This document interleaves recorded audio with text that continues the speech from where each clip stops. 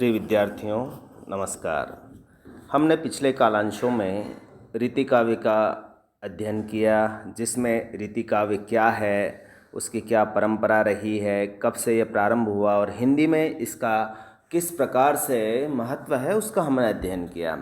उसकी प्रमुख प्रवृत्तियों का भी विवेचन हमने किया। उसके बाद हमने देखा कि रीति काव्य की 3 धाराएं हैं, रीतिबद्ध, रीतिमुक्त और रीतिसिद्ध। उसके अलग अलग कवि हैं, जिसमें हम रीतिबद्ध कवियों की चर्चा कर चुके थे और उनके काव्य की प्रवृत्तियां क्या है उनको भी हमने देखा था।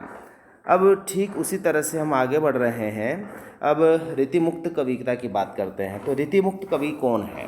पहले तो ये समझ लीजिए कि रीतिकाल के वे कवि जिन्होंने रीति के बंधन को स्वीकार नहीं किया, वे रीतिमुक्त कवि कहलाते हैं। आशा यह है कि उन्होंने जो रीतिबद्ध कविता के अंदर एक प्रवृत्ति पाई जाती है कि वो संस्कृत के लक्षण ग्रंथों को अपने हिसाब से उसकी व्याख्या करते हैं, तो वो यहाँ पर नहीं दिखाई देती है।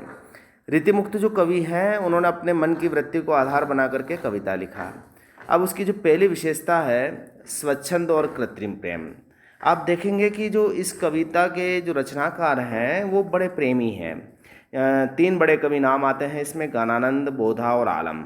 इनकी जो प्रेयसियां हैं उनका नाम क्या है? सुजान, सुभान और शेख रंगरेजिन। देखा जाए तो ये इनकी जाति से संबंधित नहीं है, यहाँ तक कि धर्म से भी संबंधित नहीं है, लेकिन इनका प्रेम निश्चल है और इसीलिए वो समाज के बंधनों को भी तोड़ देते हैं और सच्चा प्रेम पाने का भी प्रयास करते हैं। और ऐसी स्थिति में उनको मित्रों का उपहास भी मिलता है, समाज से बहिष्कार की स्थिति भी आती है, आश्रयदाताओं के विरोध को भी उनको सहन करना पड़ता है, लेकिन वो अपने प्रेम के क्षेत्र में सत्यता, गंभीरता और औदात्य का परिचय देते हैं और अपनी कविता को लिखते हैं।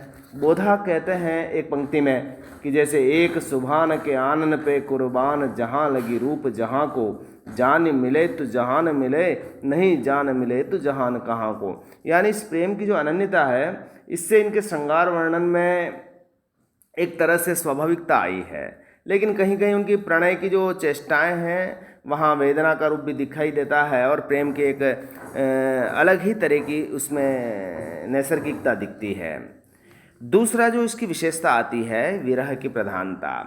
यानी विरह यानी वियोग श्रृंगार इनका बहुत अच्छा रहा है। संयोग श्रृंगार की तुलना में भी इन्होंने जो वियोग की कविता लिखी है वो बड़ी मार्मिक है। जैसे आप देख सकते हैं कि आलम जो है वो अपनी प्रेमिका शेख रंगरेजिन के साथ रहे और हिंदू धर्म त्याग करके इस्लाम स्वीकार कर लिया। इसी तरह से सभी प्रेमी जैसे गणानंद हुए, ठाकुर हुए, बोधा हुए, द्विज हुए, ये पूरे जीवन भर अपने विरह में दग्ध रहे और मधुर स्मृति में प्रिय सुख की अनुभूति करते रहे।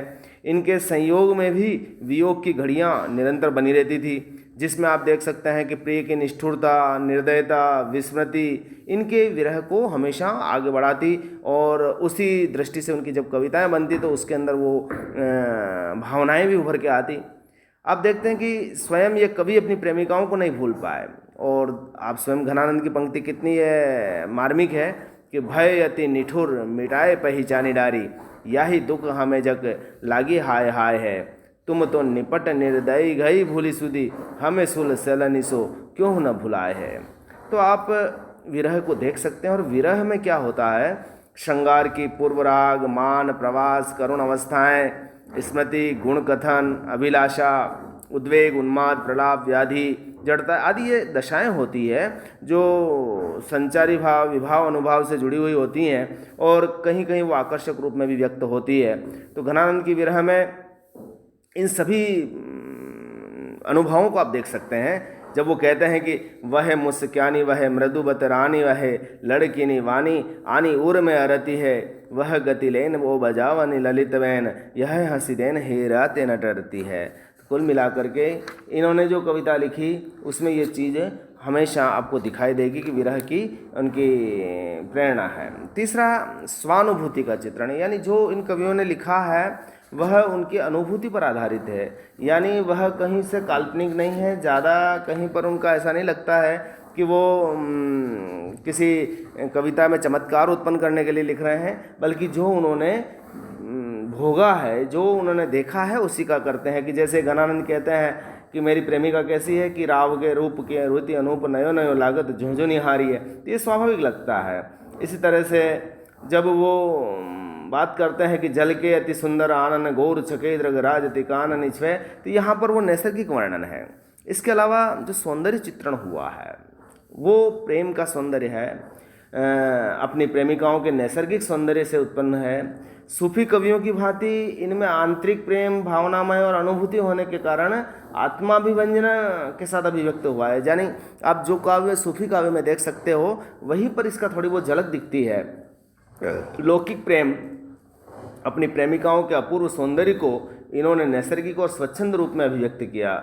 नक्शिक परंपरा से यद्यपि वह परिपूर्ण नहीं है, फिर भी इनका सौंदर्य अंकन आप सहजता से मिलेगा, ग्राह्य मिलेगा, प्रभावी मिलेगा और कांतिमय मिलेगा। जब वो लिखते हैं कि आनंद की निधि जगमगई ती छबीली बाल अंगनी अनंग रंग दूरी मुरी जानी में, तो आपको लगेगा कि वास्तव में सही है। इसके अलावा उन्होंने जो रीति परंपरा, जो शास्त्रीयता थी उसका परित्याग कर दिया, और जो उनका प्रेरणा जो कविता में थी वो नैसर्गिक थी, उसमें कहीं पर भी दूसरी चीज़ें नहीं दिखाई देती है। और उनकी कविताओं में लौकिक जीवन के प्रेम है और वही उनकी प्रेरणा है। इसी कारण से वहाँ पर शास्त्रीय परंपरा बिल्कुल भी दिखाई नहीं देती। जहाँ लक्षण ग्रंथ क्या है, रीतियाँ क्या है, वो आ गए हैं तो स्वाभाविक रूप में आए हैं। इसके अलावा जो अगला बिंदु है वो है प्रकृति चित्रण। तो रीति मुक्त कवियों का जो प्रकृति चित्रण है यह भी उद्दीपन रूप में है, यानी वह प्रेरित करता है। प्रकृति के जो स्वतंत्र एवं आलम्बनात्मक वर्णन जो हुए हैं वो रीति मुक्त कवियों के में भी नहीं के बराबर किया, यानी कुल मिलाकर के उन्होंने उद्दीपन रूप को ही ज़्यादा महत्व दिया। संयोग की अपेक्षा विरह की मार्मिकता को बढ़ाने के लिए जब वो प्रकृति का मानवीकरण करते हैं तो अब देखते हैं कि वहाँ उद्दीपन रूप ही ज़्यादा अच्छा है। और गणानंद की जो विरह की आतुरता है तो वहाँ पर प्रकृति में ही वह अपने दुख को देखता है, करुणा को देखता है, जड़ता को देखता है, निराशा को देखता है। कहीं कहीं तो वो कोकिल और मोर को भी संबोधित करता हुआ नजर आता है।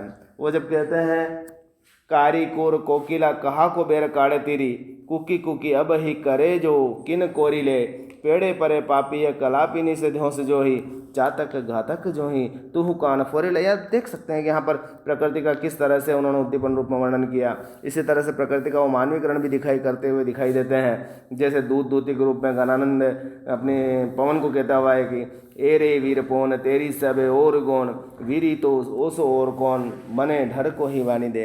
तो यानी इस तरह यहाँ पर दिखता है। कई बार कुछ आलोचकों ने यह भी कहा है कि उनकी कविता में वर्णन करते करते वो भक्ति की तरफ बढ़ गए हैं। तो वास्तविकता यह है कि यद्यपि जैसे गणानंद जैसे कृष्ण के भक्त कवि थे, प्रथम बार में तो वो उन्होंने लौकिक प्रेम का वर्णन ही किया जब वो सुजान के प्रति आकर्षित थे, लेकिन जब वो सुजान उन्हें नहीं मिली तो अंत में वो उससे विरक्त होते गए और अपनी कविता को कृष्ण की ओर मोड़ दिया। तो वह जो सुजान प्रतीक है वो कृष्ण की भक्ति में मुड़ जाता है। तो इस तरह से उनकी कविता में एक भक्ति का स्वरूप दिखाया जाता है।